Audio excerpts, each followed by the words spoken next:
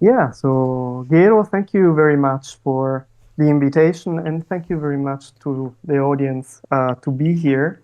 Um, it looks like there is a new starting or a starting with White Mirror, and the reason why we are here is because this community is trying to reach the point to produce a film and to use the IE AI text to image or text to video to produce it in somehow.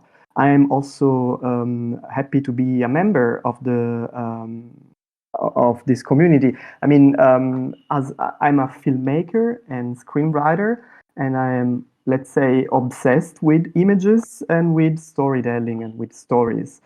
And so the opportunity to collaborate with people that are working in the field, in this field, using a new tool for me was like a very an open, a no-brain question. Um, and I gave my availability to Gero, to Philip, to the White Mirror community to somehow work with them and work with other people, members from the community, to try to develop ideas or stories that might then lead to producing a film. Um, um, to present myself, my name is Domenico Distilo, and I am a filmmaker and I'm a screenwriter. And since some time, I'm working in the Web3 space together with other communities, always from the perspective and always from the side of telling stories or better building the so-called lore to inside the community and to help the community to develop and to grow also from a foundational moment.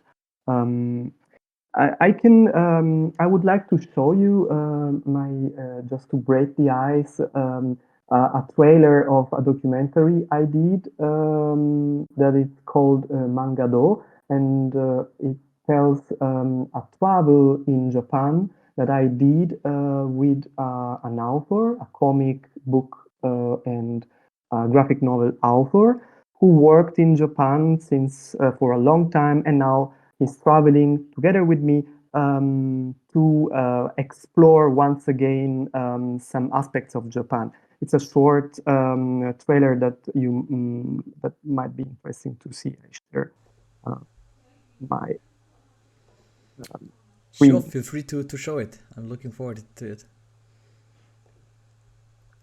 so maybe you see it now. So we see it. At least I see it. I think the audience as well. If not, then please reach out in the chat. But it looks good for me at least.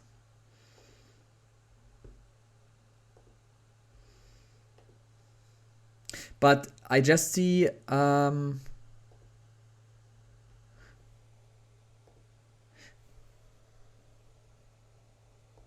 but Domenico, I just see your Discord screen. If you show something, then you think you need to switch the screen as well.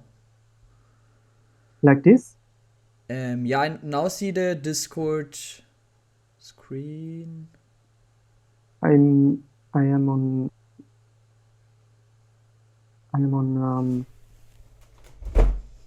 Do you see it now? No, I still see your Discord. You just share Okay. the AIMA stage. Okay. So I um. Okay, sorry. I can turn off the. Yeah, you can just click on stop streaming. Yeah, clicked on stop streaming. Or just yeah, and and try Stop it again. streaming. But now it's just me, so I need to maybe to share my screen. Yep. Just try to share your screen again and then show us maybe Try the again. whole window, not just the application. let's see, this is the application, and if I go like this, you are Yep. on another. Yep, now we see it. Okay, sorry, No problem. and you hear it. You also hear it. No, we don't hear it, but feel free just to put in the link in our chat box, but we see it at least.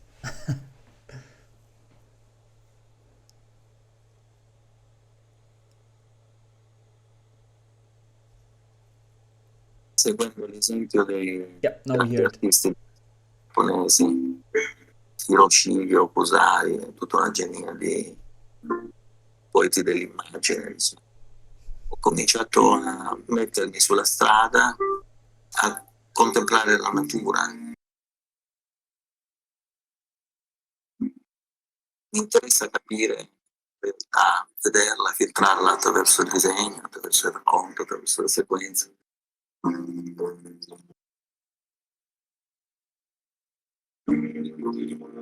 Sono nati degli incontri con persone che vengono da diverse tradizioni, fabbricanti di carne. Ho continuato ad alimentare il viaggio e a depositare il portato di vita che diventerà la storia del libro.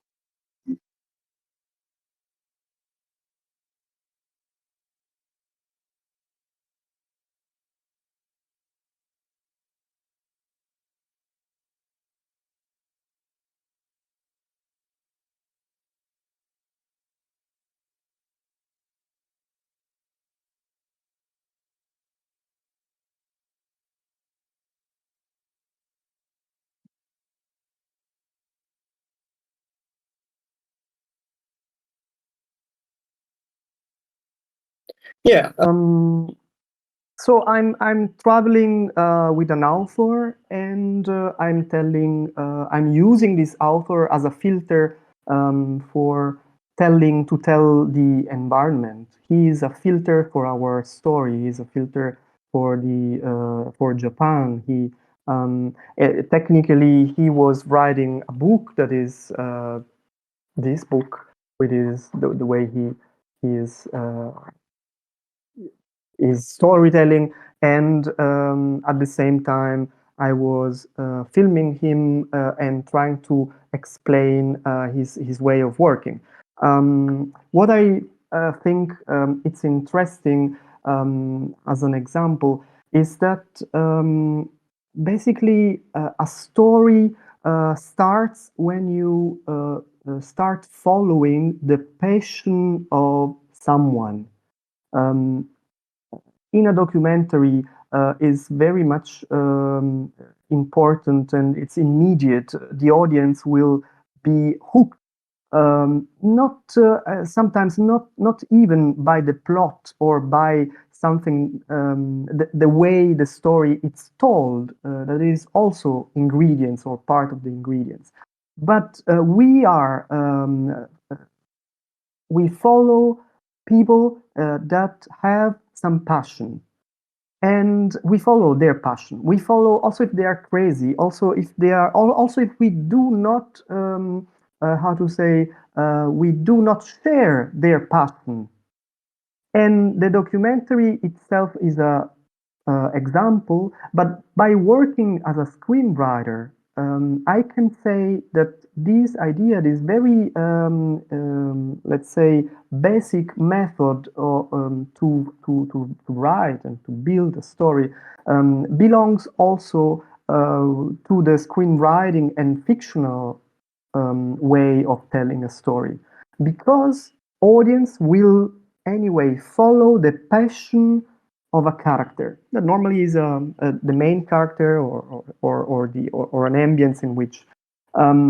So it's every time that we are speaking about a story, we are speaking about passion, and we use somehow the creative, some creative tool just to portray this passion of someone.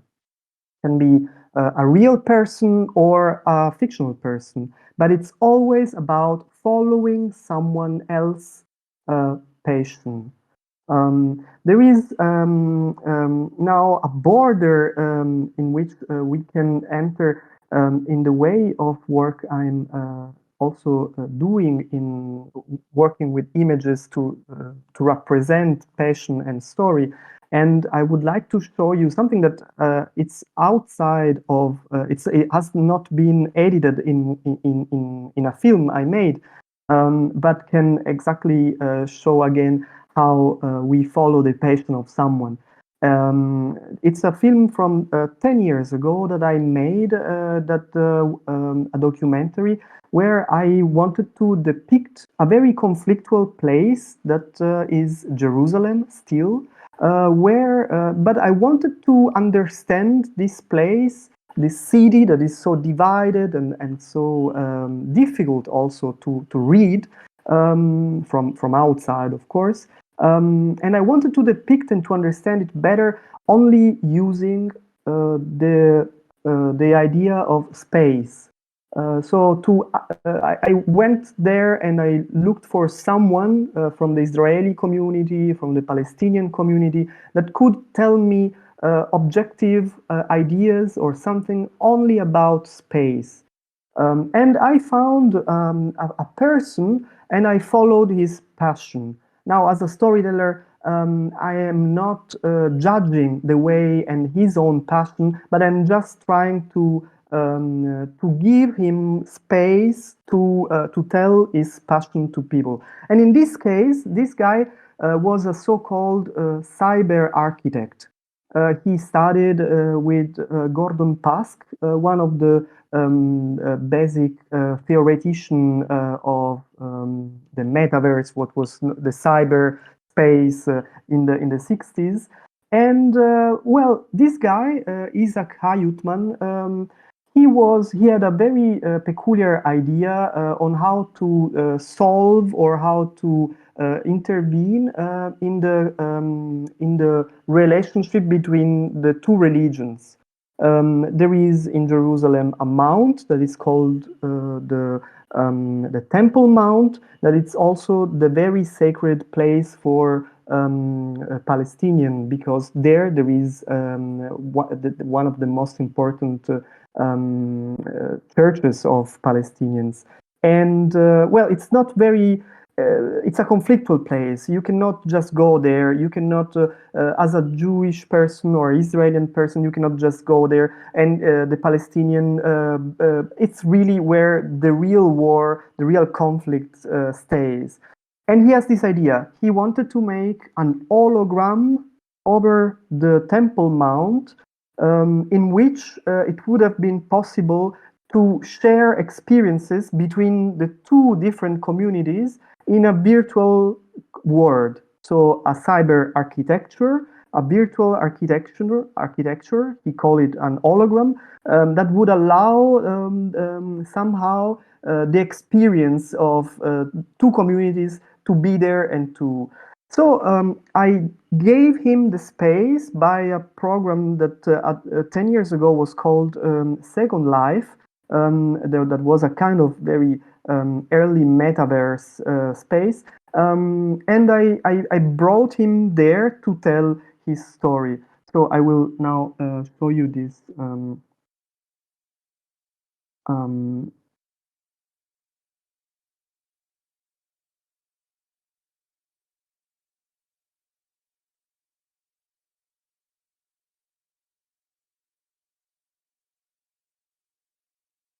Okay, I will go here. Let me know if it's fine with the... Imagine that all of this area for about 120 degrees is the bleachers, is the seats of a huge amphitheater, that its focus, its stage is on the Temple Mount and above it, up in the Jerusalem skies. All the feelings, all the prophecies, all the traditions about connecting heaven and earth are supposed to find their visual plain expression right here in this huge theater.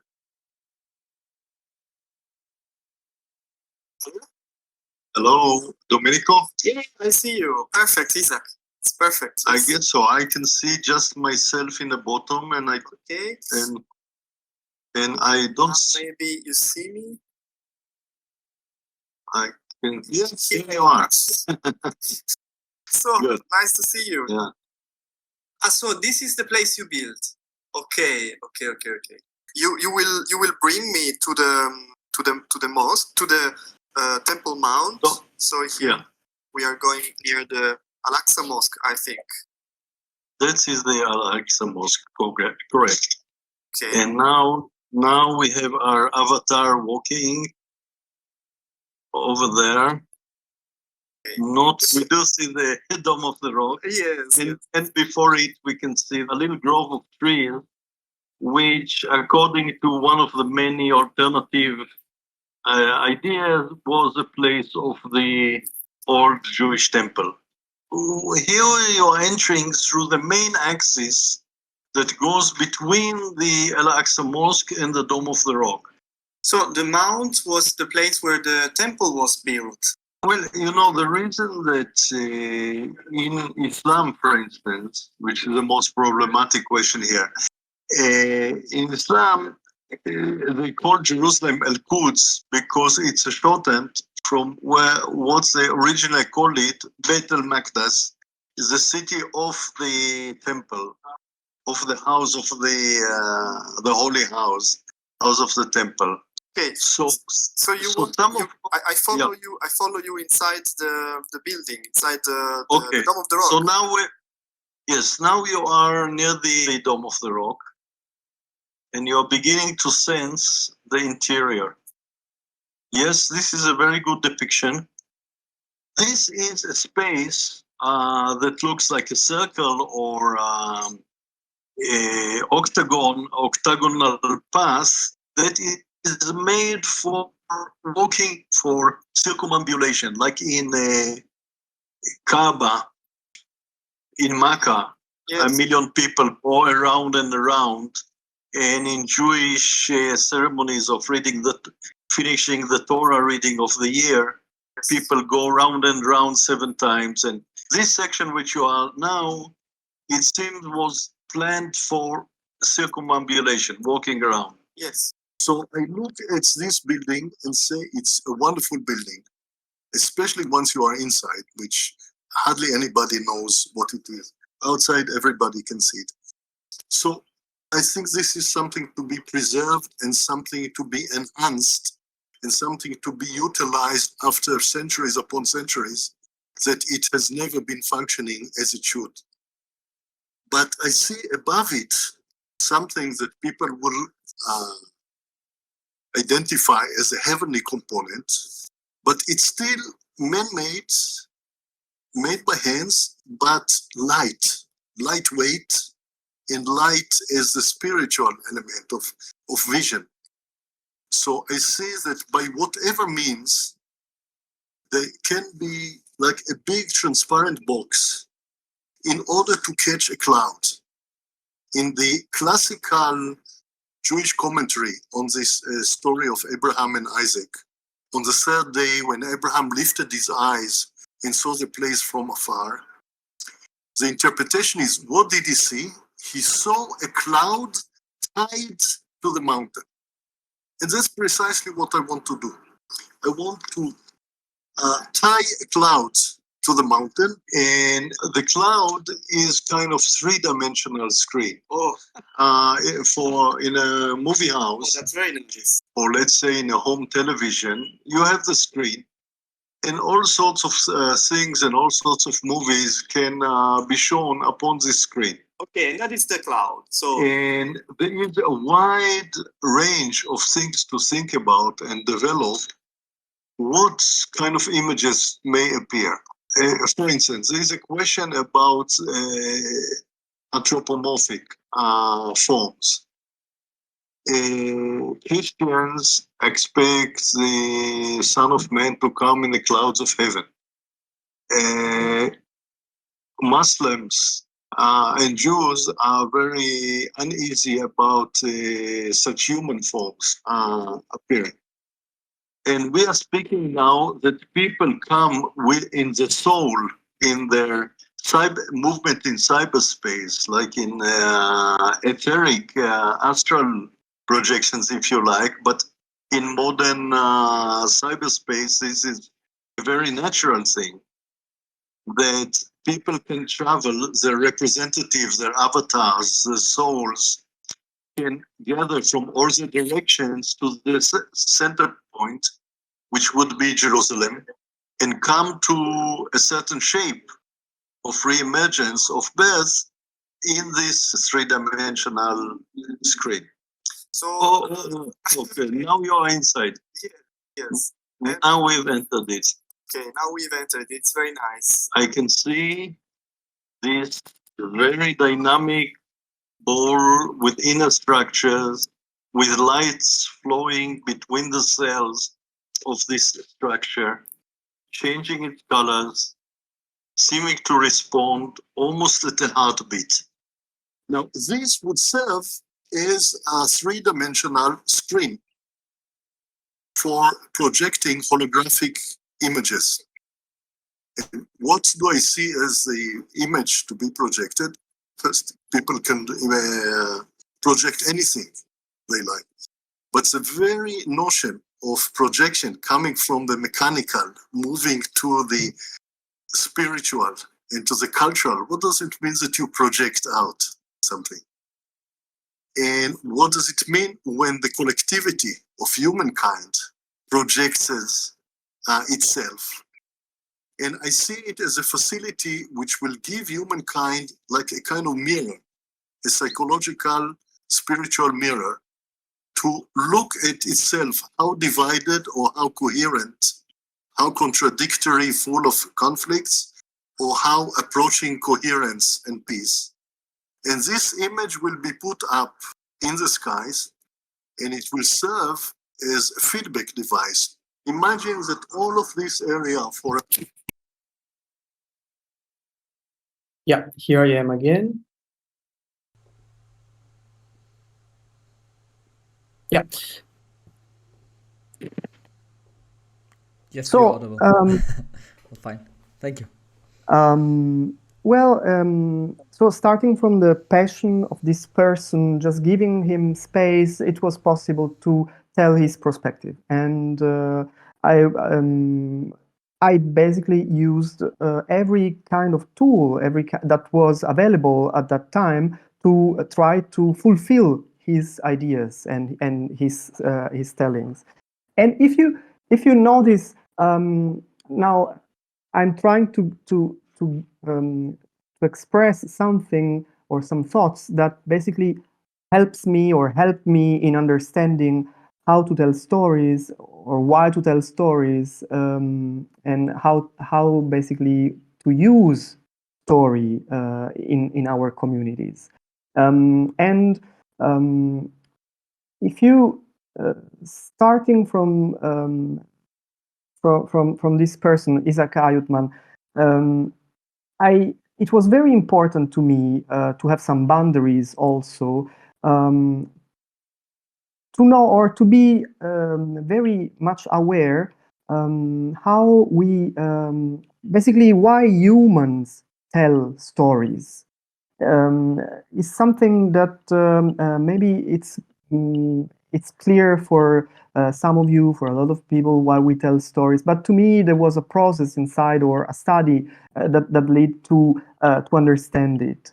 And I somehow we can say, I would like to very briefly tell you where I'm at, and using the example of Isaac Ayutman.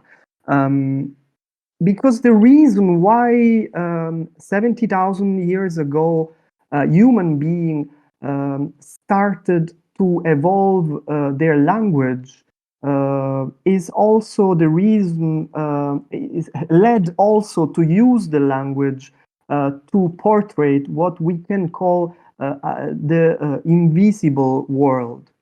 Basically, and we started to use the invisible world in a social manner. And this has been, since then, part of our evolution. We are somehow human because we tell stories and we know it. But why we do it? That was a very interesting question. And you see how much a community like the one in Jerusalem that is divided and very problematic, they are using stories for reasons belong to identity. And basically what really happened is that we had 70,000 years ago, we had this what's so-called the first cognitive revolution. Language came, the invisible word came.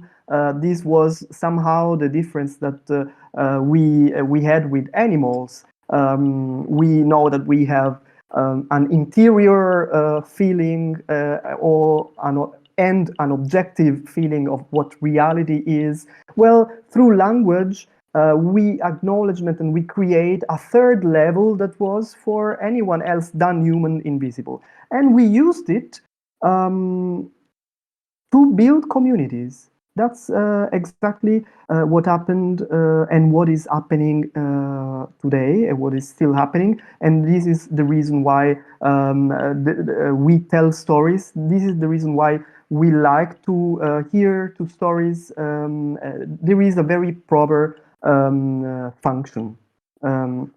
So this thing was to me very, very much fascinating.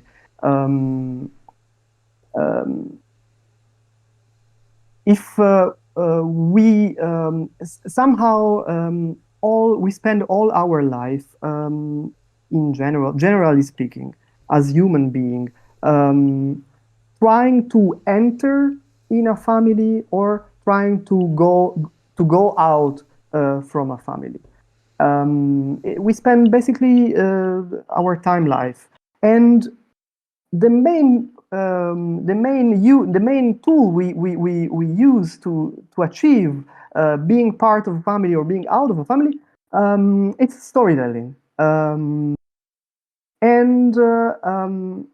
I would say you can immediately recognize how these tools today are around us and are used by our communities more and more. That's why, for example, we appreciate NFTs as a storytelling tool. They are membership or symbol of belongings to a family, and they somehow are the representative tokens or artifacts of words. I'm trying to portray now what is the bridge, in my experience, from the pure traditional storytelling and the storytelling in a decentralized world as NFTs and communities building, how it works and how it worked. Can I ask some questions? Sure, please. Domenico? Yeah, please. I think you already worked for some NFT project, right? So I'm just interested in how did you started to build a story about an Web3 project, especially NFT project, because I think mostly you have to think about the lore and have to put some of these NFT characters or profile pictures into the lore as well. So how was your approach then? And how was the feedback? I think this is really interesting for me. Sure. I've been asked to work with the first community that I've been asked to work with. It's called the Tajigen, the Citizens of Tajigen. Very interesting community. They had a very precise idea of the world they wanted to build and the values they wanted to pour into this world, and they wanted to share with new members. So basically, the starting point was 10,000. I can show you now I can show you maybe their homepage. They wanted. Do you see it?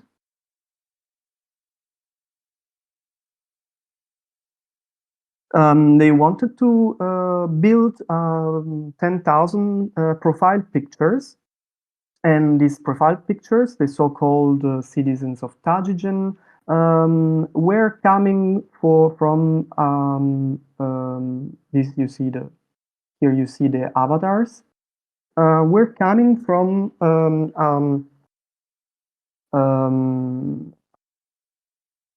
a near future in which, as a starting point, it has been blocked and it has been forbidden to use the blockchain. This was how the founders wanted to present, and they wanted to put some, so to say, to underline the value of having a decentralized system. We had a meeting, and I started working on some tools that could be useful to spread the what we called the lore. I mean, there is a real difference between what you call a story and what you call a lore. And it's a matter of directions, let's say, and it's a matter on how the story grows, how it is normally built. A story in the traditional way of thinking, storytelling, is an object, is a narrative object that is coming from an author, let's say from up, and goes to some users. So from up to down to a community, and the author is the one who decides the ingredients, the plot, the word setting, builds all that then is presented. In this way, books and cinema, and they are all a traditional way of storytelling. But here there was, for the first time to me, the opportunity to build a lore that is a different way of building, because the story has to start and has to grow from down, from the users, from the members of a community up. It's not a hierarchic up to down, but a gardening way of growing the story. You have to put some seeds, let's say. You have to give space and in a garden that has a word set, and then people will start to acknowledge and to marry these values and to recognize themselves by the storytelling. They are growing themselves.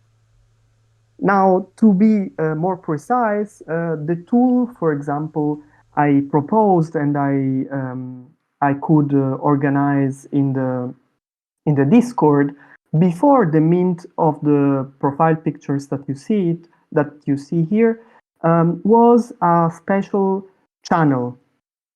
And in this channel, it was a Discord channel in which people could discover informations about the fondative members of these rebels.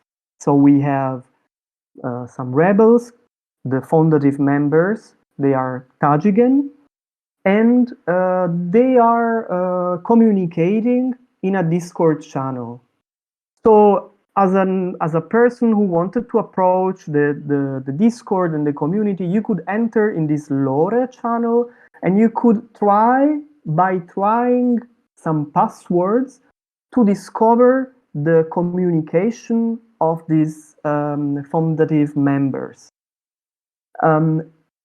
Now, what these people were telling, they were basically communicating like I mean, it was the idea as you could enter the channel of a police department from the outside, and you could hear these policemen organizing, I don't know, a raid or something.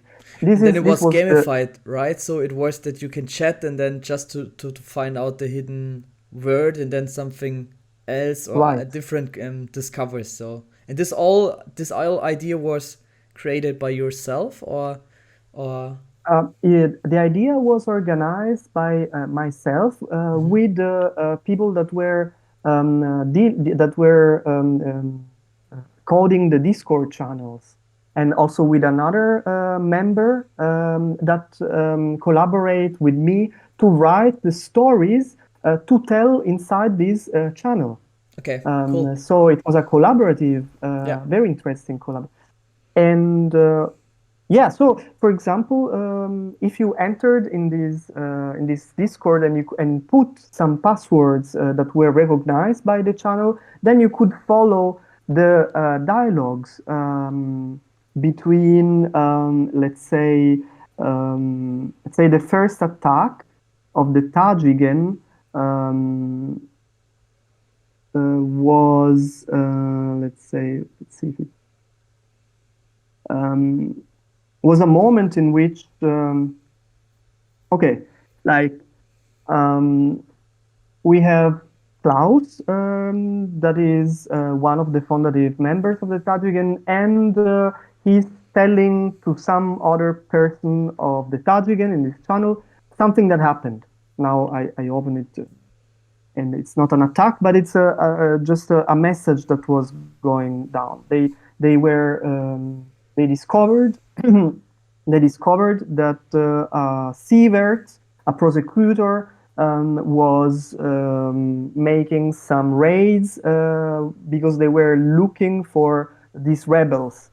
That was so you could, and by discovering this snippet, so you have really you had really these very short messages, a snippet of text.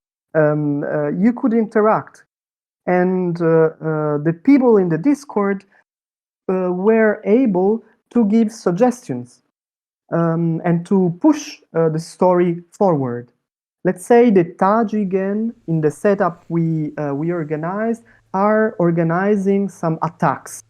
They are speaking each from one another in this channel about the attack. And the first attack was, for example, the moment in which the Tajigen were putting down the centralized name archive of the city. So out of the blue, with this attack, all the people with the identity card, electronic identity card, in this near future, would lose their identity and could not enter in their apartments, or could not and why? Just because they were not using a decentralized system as a blockchain to basically protect the identities of people, the identity cards. But it was a central building that was very easily attacked. So the Tajigen were doing a kind of a guerrilla work against the centralized system. So yeah, it's gamification, science fiction, and it worked because people there were 50,000 people in a Discord. Some of them were using the lore, fortunately, because it would have been a chaos. But they were implementing with naming new characters or giving new ideas for some branches. So we were working on a setup to build a lore. Cool, but I think hope, that yeah. that's really cool, because then the community member, they can just enjoy the lore, they can enjoy the gamification, and with Web3 they can as well own some kind of these characters by their NFTs, so they can just select this character which they like the most, maybe because of the lore and stuff like that. So really cool. And just some other question regarding the topic AI. So do you currently use, or do you maybe want to use in the future, AI for creating kind of a lore? Maybe just thinking about ChatGPT or something like that to get inspired? Or is this kind of technology something for you want to avoid because you say, okay, no, it's not my choose of creation process? So how do you think about AI technologies to use it for your work and for your creative work as well? I have an extensive use of AI from Midjourney, text to image, to ChatGPT, AI. So, and I'm really working a lot on using it as a tool. I mean, I started the idea of writing and also producing images at the same time somehow. Well, with Midjourney, of course, last year, and also with ChatGPT. I mean, the first attempt I made to produce a text with ChatGPT was in December last year. I can show it to you. It's an interesting output I had, and I will try to show it to you. Do you see it? Not yet. I think you have to first to share again. I have to share again. So, but really interesting. And when you speak with other colleagues from the creative area, for instance, other lawmakers or filmmakers, how do they see this new technology? Because when I as well research to this topic and I just scroll to different social media feeds, then I often see some bad opinions about that, and they say, okay, this kind of technologies will destroy our jobs or stuff like that. What's your opinion about that? Well, going into the disruption theory, I think there is nothing to comment. It's a tool, and it's a very powerful tool, and it's amazing how much you can use it just to enhance your capabilities. Yeah. Now, we are very well aware that a new word is I think it's a second cognitive revolution, and we are all aware of it, but it's still going step by step. There are some jumps. There will be some very important jumps, but let's just get like the way you write. It will change immediately. You can have an editor for you. You can brainstorm your ideas. You can have comments on what you wrote. You can have maybe comments on your style, if you like. You can change your style. You can you can enhance your style or your content to what is proposed, or changing completely. We can go farther by saying that the way of reading will change and is changing completely. When I have a complex text that can be read or transformed in something readable, the reader will have, by ChatGPT or by some other AI, the opportunity to change and to transform the text to its own needs. Let's say, and you find already this way of working in some home pages or outputs where there is a button like, okay, make it simpler or summarize it with ChatGPT, and then you have the whole content of a home page just summarized because you don't have the time to read, or you don't have, or you want to memorize. So the way we will study it will be completely different. The way we will read it will be completely different, and that's just starting from the text point of view. Yeah, I definitely would agree on that, and I think we are just living in a really interesting time, and a lot will change as well, the education scene as well, because I think, yeah, writing big papers is now really easy to do with ChatGPT, and I think they have to change a lot there, and as well for a lot of jobs there will be changes, and I think the best idea is just to get to know with the technology, to just play around, just to try to bring it into your current processes at work, because I think if you don't do it, then you will lose it at the long game, and I think it's really important to just do it and just make yourself just capable with this kind of technologies. Domenico, Completely. Please. just to wrap it a little bit up, I want now to give the community and the audience the opportunity for some questions. So, Felix, Dr. Moonhead, Philip, do you have some questions to Dominic, to his past jobs or to his current jobs or to the overall topic about Web3 storytelling? Is there something you want to know? So then feel free to just raise your hand and I can bring you up to the stage, or you can just use the chat box. So Philip, you just raised your hand, but you removed it. I can bring you on the stage if you want. Or tell us also your experience as a storytellers or writers, or what do you think?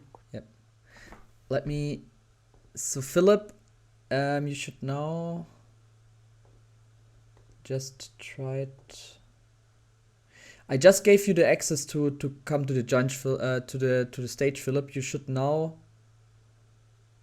There should now pop up an additional info, then you can join the stage. Does it work for you?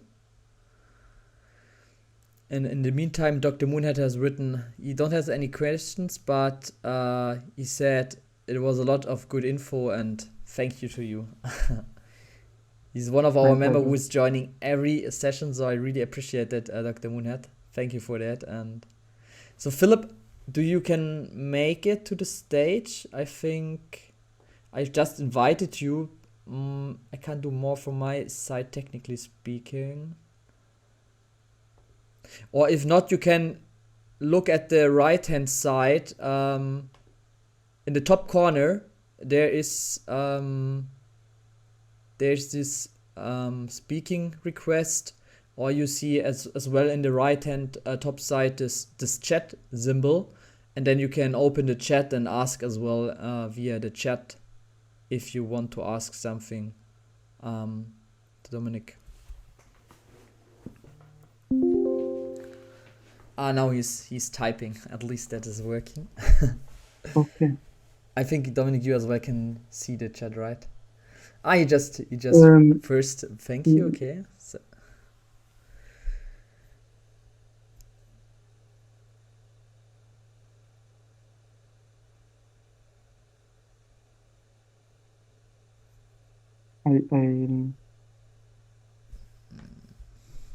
He's already typing.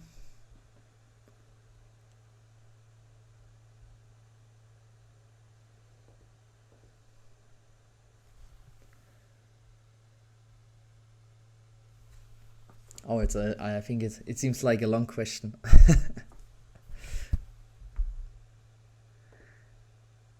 Just one last question for me in the meantime.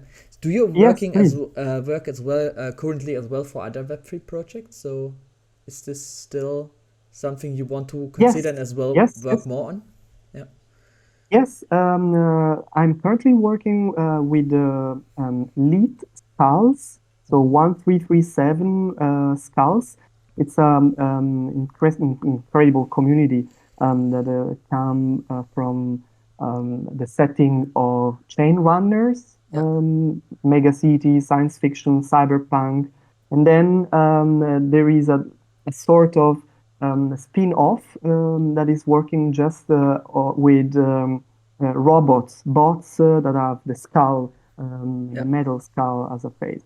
And it's very interesting the way we are building the story out of a derivative, let's say, setup, because we had to match on a setting that was already written, because the chain runner community wrote a story of mega city that is also a futurable science fiction setup, and we had to build a lore out of it. So the technique is kind of different, and it's still ongoing. But yeah. Okay, cool. And one more question for me. I just see Philip is still typing. Okay. Just my last question, or let's take Philip's question before. How do you think of the relationship between power users creators and curious low effort users in the community? Well, I think a community is really you can see also your Twitter or your you go where you can collaborate. Yeah. I mean, I don't think that when you're dealing with AI, the technical problems are lower than before. Now, the main problem that you have to face is to really have a vision, a consistent vision. Because then, in this sense, I could say the difference between creative, professional creative or non-professional creative, it will be bridged.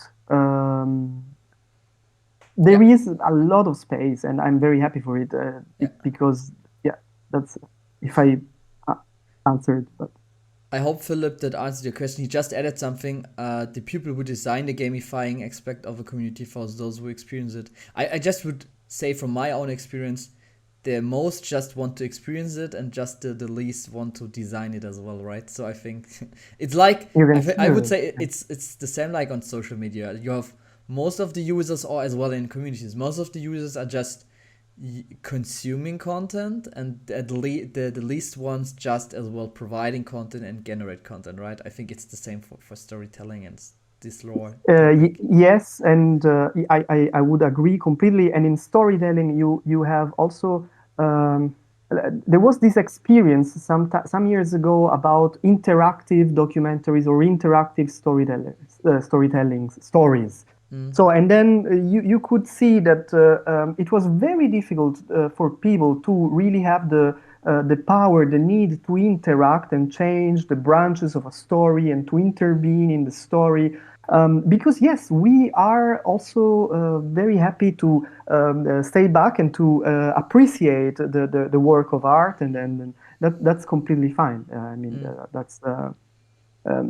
But we are also going in what is it can be seen as the dream of the holodeck, as in Star Trek, where a person can completely enter in a room and customize his game, his setup, his story, and also based on his own experiences.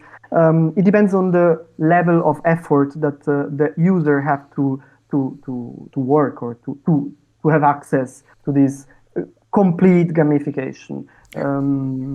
That's my opinion. I mean, that's really interesting. Really interesting. So I just see Philip is typing again. So I would say one last question, and then we would close it. So the last question from Philip. So do you think the ratio of producers, consumers in Web3 will be similar to the rest of the web, influencers, followers? What's your opinion on that? I don't know. I mean, I think I can only say that the doors are open, and then you could take a position. You can understand what your position is. I'm not sure I answered your question, but yeah, there will be influencers. There are. It depends. I mean, my question is, how will we use AI?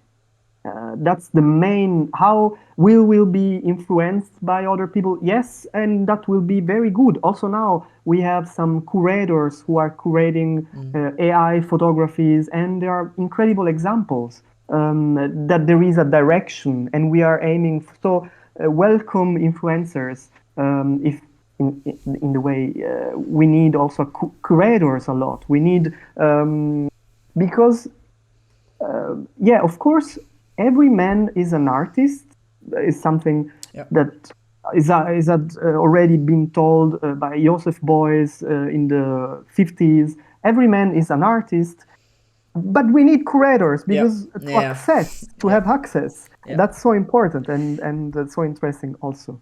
Good summary, and I would as well add something from my side. I think Web3 enables a lot of more creators, because everyone can create cool content, and now has the opportunity to monetize it more easier than ever, because you can just, for instance, create some nice artwork, some nice music, and you can just make an NFT out of it. You can sell it. You can enable some creator fee. That means you can have a long-term earning from it. So I think that's a cool topics, and you just remove this intermediaries where you have in Web 2, and I think that can provide a lot to the creators outside there. But I think it will also always be similar to Web 2 if I refer to this influencer follower example, because I just think most of the people, it's similar like in communities, it's similar like in social media. There's like an ratio model that's called 99.1% model. That means